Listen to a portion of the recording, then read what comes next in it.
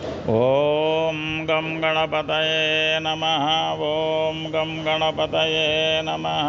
ఓం గం గణపతయే నమః. ఓం గం గణపతయే నమః.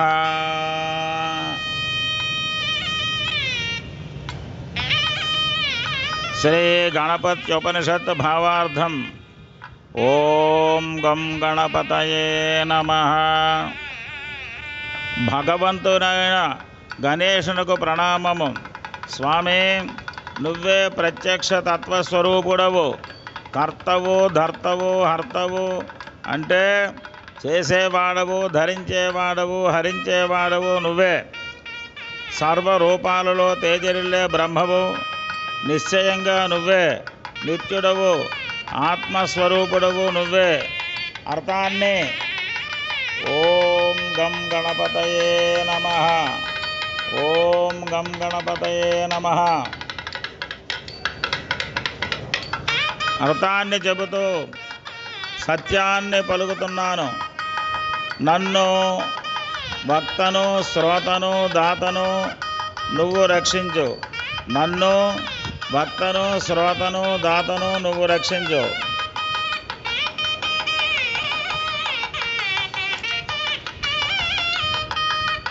వ్యాఖ్యానించే ఆచార్యుని శిష్య సహితంగా నువ్వు రక్షించు. వాంగ్మయ స్వరూపుడవు, చిన్మయుడవు, ఆనందమయుడవు, బ్రహ్మమయుడవు, సచ్చిదానంద స్వరూపుడవు, అద్వితీయుడవు, ప్రత్యక్ష బ్రహ్మమూర్తివి, జ్ఞాన విజ్ఞానమయుడవు నువ్వే. విశ్వమంతా నీ వల్లనే సృజింపబడి పోషింపబడి లయమైపోతుంది. విశ్వమంతా నీలోనే కానవస్తుంది.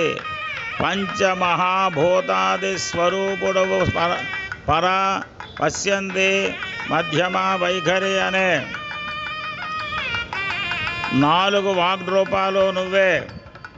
సత్వ రజస్తమో గుణాలకు, భూత భవిష్యత్ వర్తమానాలకు నువ్వు అతీతుడవు. మూలాధారములో సర్వదా ప్రకాశించేవాడవు. ఇచ్ఛా జ్ఞాన క్రియాశక్తులు 3 నువ్వే. నిన్ను నిత్యం యోగేశ్వరులు ధ్యానిస్తూ ఉంటారు. బ్రహ్మ, విష్ణు, మహేశ్వర, ఇంద్రాగ్ని, వాయు, సూర్య, చంద్ర స్వరూపుడవు నువ్వే. భూలోక, భువర్లోక, స్వర్లోకాలు 3 నీ రూపాలే. ఓంకార శబ్ద బ్రహ్మస్వరూపుడవు నువ్వే. గణ శబ్దంలోని గకారం అనుస్వారంతో కలిసి ప్రణవంతో కూడి నీ బీజమంత్రం అవుతుంది. ఓం గం గకారం పూర్వరూపం కాగా, ఉకారం మధ్యమ రూపంలో ఉండగా, అనుస్వారం అంతంలో ఉంది.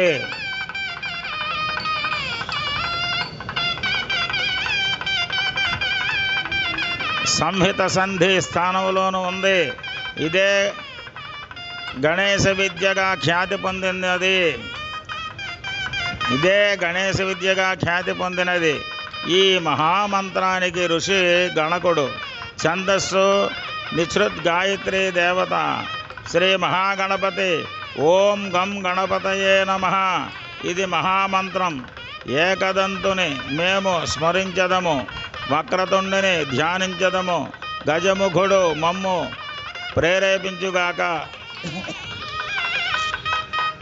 ఏకదంతంతో, చతుర్భుజాలతో, పాశాంకుశ అభయ వరద ముద్రలు దాల్చి, మూషిక చిహ్నం కలిగి, అరుణధ్వజాన్ని దాల్చి, అరుణవర్ణంతో వ్రేలు బొజ్జ కలిగి, చేటల వంటి చెవులతో, శ్వేత వస్త్రాన్ని ధరించి, దేహంపై రక్తచందన లేపంతో,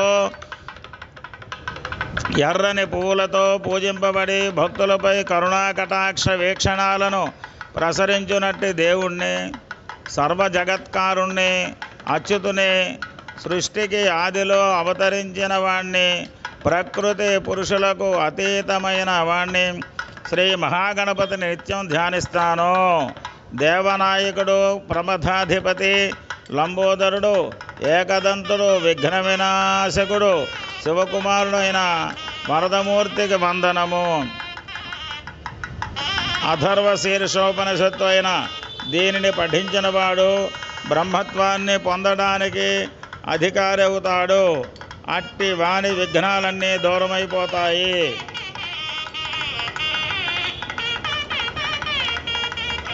ఓం గం గణపతయే నమః. సర్వసుఖాలు లభిస్తాయి.